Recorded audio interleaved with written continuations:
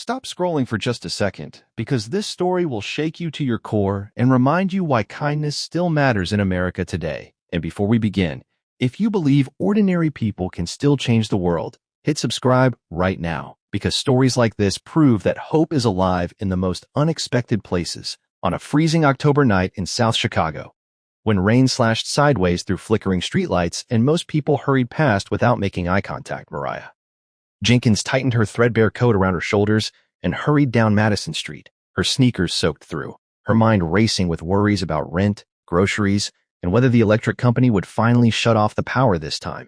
And though she was only 32, life had carved exhaustion into her face. The kind that comes from working 2 minimum-wage jobs while raising a 6-year-old son alone in a 1-bedroom apartment with peeling paint and a radiator that only worked when it felt like it. But that night, something made her slow down. Something that cut through the noise of traffic and rain and her own anxious thoughts. And it was the sight of an elderly man struggling along the sidewalk without an umbrella, his gray suit drenched, his polished shoes splashing awkwardly through puddles as he leaned heavily on a wooden cane, each step trembling as though the wind itself might knock him down. People brushed past him, annoyed, some muttering under their breath, others pretending not to notice, because in a city that big, compassion often feels like a luxury. But Mariah couldn't ignore the way his hands shook or the way his breathing seemed shallow and strained. So despite the fact that she was already late to pick up her son Jaden from her neighbor Mrs. Carter's apartment, she stopped, stepped out of the thin shelter of a closed storefront awning, and walked straight into the rain toward him, asking gently, "Sir, are you okay?" And he looked up at her with pale blue eyes that seemed both sharp and distant at the same time, as if he were measuring her in a way she couldn't understand. And he answered in a soft but steady voice that he was fine, just headed a few more blocks to catch a cab, though there wasn't a single cab in sight, and the buses had stopped running because of the storm. And Mariah hesitated only a second before making a decision that made no financial sense, but felt morally unavoidable. She offered to walk him to the small diner at the corner, the only place still open that late, where he could at least get warm and call for a ride. He resisted at first, pride flickering across his face. But a sudden gust of wind nearly knocked him sideways, and instinctively she grabbed his arm, steadying him, and that simple human contact seemed to break whatever wall he'd built around himself. So together they shuffled toward the neon glow of Rosie's diner, Mariah shielding him as best she could with her own body from the worst of the rain, her coat growing heavier by the second. Inside, the diner was nearly empty, except for a bored teenage waitress scrolling on her phone, and Mariah guided the old man to a booth, ignoring the way water pooled beneath them, and she ordered him the cheapest hot coffee on the menu, sliding the last $5 bill from her wallet across the counter when the waitress said they didn't give freebies, even for soaked seniors, and though that $5 had been meant for Jaden's breakfast cereal, she didn't hesitate, because the relief on the old man's face as he wrapped his trembling hands around the steaming mug felt worth more than a week's worth of meals. They talked while they waited for the rain to slow, and he introduced himself simply as Mr. Whitaker, saying he had been visiting old neighborhoods and lost track of time. And when he asked about her life, she answered honestly, explaining that she worked mornings cleaning offices downtown and evenings at a grocery store, that Jaden was her whole world, that his father had left before he was born, and that sometimes she felt like she was running a marathon with no finish line in sight. And Mr. Whitaker listened in a way that made her feel seen rather than pitied, nodding slowly, asking thoughtful questions, even smiling when she described Jaden's dream of becoming a scientist so he could invent something that makes people nicer. When the rain finally softened to a drizzle, a black sedan pulled up outside the diner, sleek and out of place in that part of town, and a tall man in a tailored coat hurried in, scanning the room until his eyes landed on Mr. Whitaker, relief flooding his expression as he rushed over and addressed him as Sir, clearly some kind of assistant or driver, and Mariah suddenly felt self-conscious about her soaked clothes and cheap shoes. But Mr. Whitaker rose with surprising steadiness, thanked her formally, and pressed a small card into her hand, telling her that if she ever needed anything, she should call, though she assumed it was just a polite gesture, the kind wealthy people sometimes make to ease their conscience. She slipped the card into her coat pocket without looking at it, waved goodbye, and ran the rest of the way to Mrs. Carter's apartment, where Jaden was already asleep on the couch, and by the time she got home and peeled off her wet clothes, the entire encounter felt almost dreamlike. Another strange moment in a life full of struggle. The next morning, Reality hit hard when her landlord pounded on her door demanding 2 months overdue rent and threatening eviction by the end of the week. And as Mariah stood there trying to negotiate for more time, her phone buzzed with an unknown number, which she almost ignored until something made her answer, and a calm, professional voice asked if she was Mariah Jenkins and if she would be available to come downtown that afternoon for a meeting regarding an opportunity. And confusion swirled through her exhaustion because she hadn't applied for any jobs recently. But desperation overrode suspicion. So after finishing her cleaning shift and borrowing bus fare from Mrs. Carter, she made her way to a gleaming glass skyscraper she had only ever seen from a distance, the kind of building where CEOs made decisions that shaped entire neighborhoods. And when she stepped into the lobby, security was already expecting her, guiding her upstairs to a private conference room where she froze in shock upon seeing Mr. Whitaker seated at the head of a long, polished table, no cane in sight, dressed impeccably in a navy suit that radiated quiet power. The assistant from the night before stood beside him, and several other sharply dressed executives lined the walls. And it was then that she noticed the name displayed subtly on a plaque behind him, Whitaker Industries, one of the largest real estate development companies in the Midwest, responsible for luxury condos, shopping centers, and, ironically, the very building she now stood in. Her heart pounded as Mr. Whitaker smiled warmly and thanked her again for her kindness, explaining that he had not been lost the night before, but conducting a private experiment of sorts, walking through neighborhoods his company had impacted to see firsthand how people lived beyond spreadsheets and profit margins. And he admitted that many had ignored him, some had scoffed, and one had even told him to move faster, but she had been. The only one to stop without hesitation, the only one who offered help without knowing who he was or what she might gain. And that, he said, told him more about her character than any resume ever could.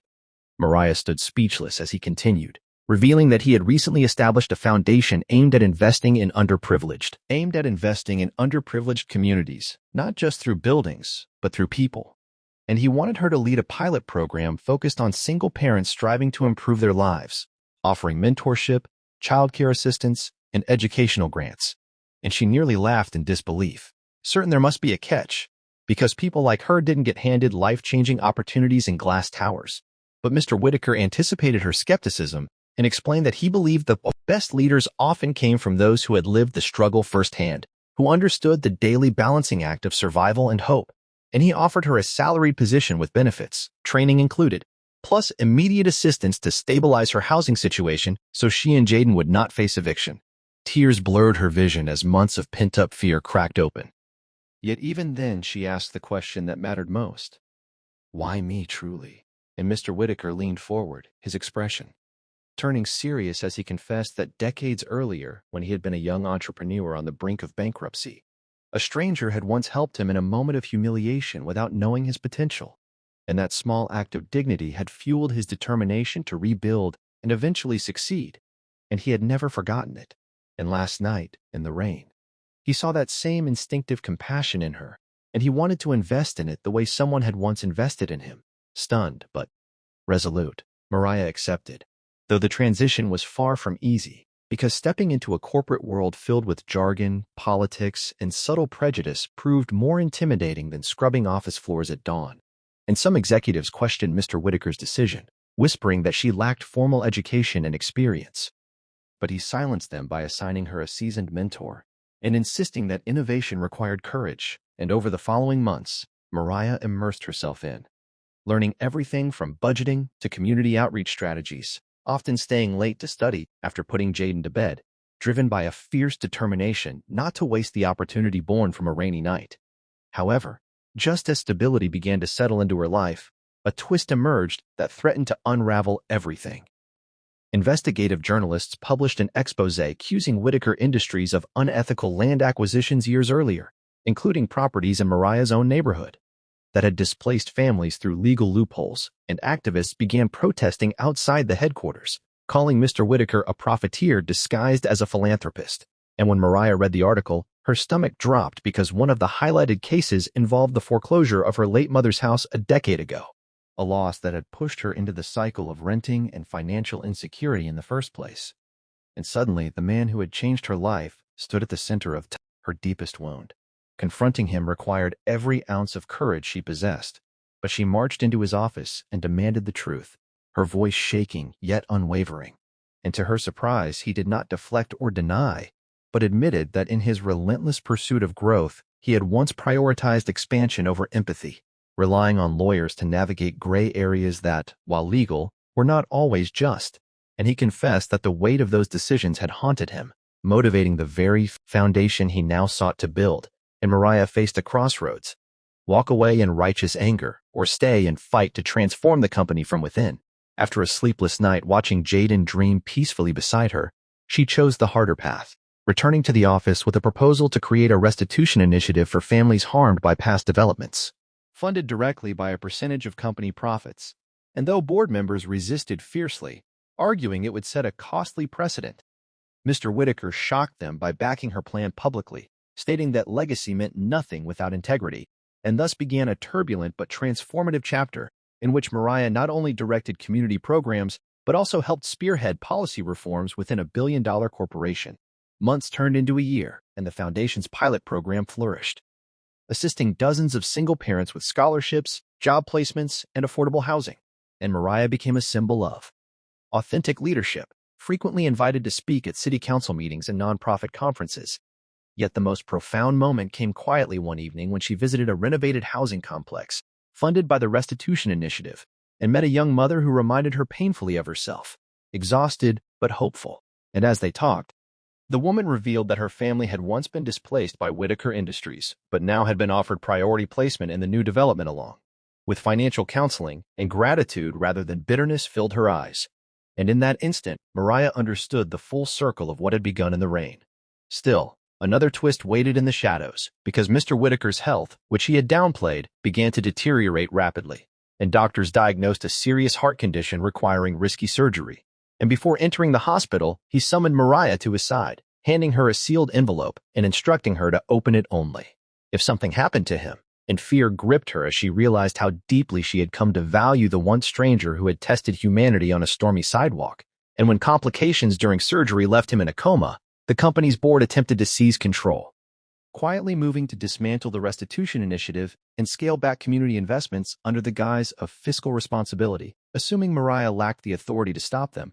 But they underestimated the alliances she had built across departments and communities, and drawing on every lesson learned from hardship, she organized employees, rallied public support, and presented data proving that ethical reforms had actually strengthened the company's brand and long-term profitability, forcing the board into a public vote that ultimately preserved the programs. Days later, Mr. Whitaker awakened, weak but alive, and when he learned what had transpired, pride shone in his tired eyes, and he told her it was time for the final revelation, instructing her to open the envelope, inside which she found documents transferring a significant share of his personal stock into a trust naming her as successor chair of the foundation with autonomous decision-making power, along with a handwritten letter explaining that true change required leaders who remembered what it felt like to struggle in soaked sneakers on cold pavement, and that he believed she embodied the conscience he wished he had listened to earlier in life.